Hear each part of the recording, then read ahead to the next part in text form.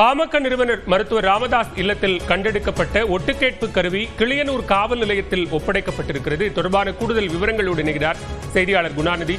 விவரங்களை பதிவு செய்யலாம். விசாரணையின் தற்போதைய நிலை என்ன?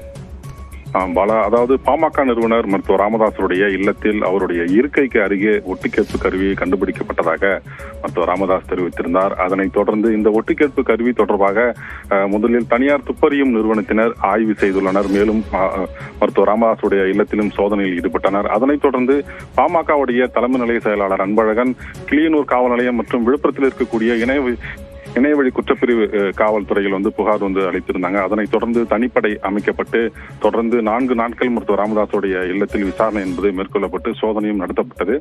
அதனைத் தொடர்ந்து இந்த ஒட்டுக்கேட்பு கருவி தொடர்பாக ஆய்வு செய்வது தொடர்பாக தனியார் துப்பறியும் நிறுவனத்திடம் ஒப்படைக்கப்பட்டது நிலையில் அது மருத்துவர் ராமதாஸிடம் மீண்டும் ஒப்படைக்கப்பட்டு தற்போது அந்த கருவி கிளியனூர் காவல் நிலைய காவல் ஆய்வாளர் கலையரசிடம் தற்போது ஒப்படைக்கப்பட்டிருக்கிறது. இதனைத் தொடர்ந்து அந்த கருவியை காவல்துறையில் இருக்கக்கூடிய அந்த சைபர் கிரைம் காவல்துறையினர் அதை ஆய்வு செய்து அது தொடர்பான அடுத்த கட்ட விசாரணையை தொடர்வார்கள். பாலா,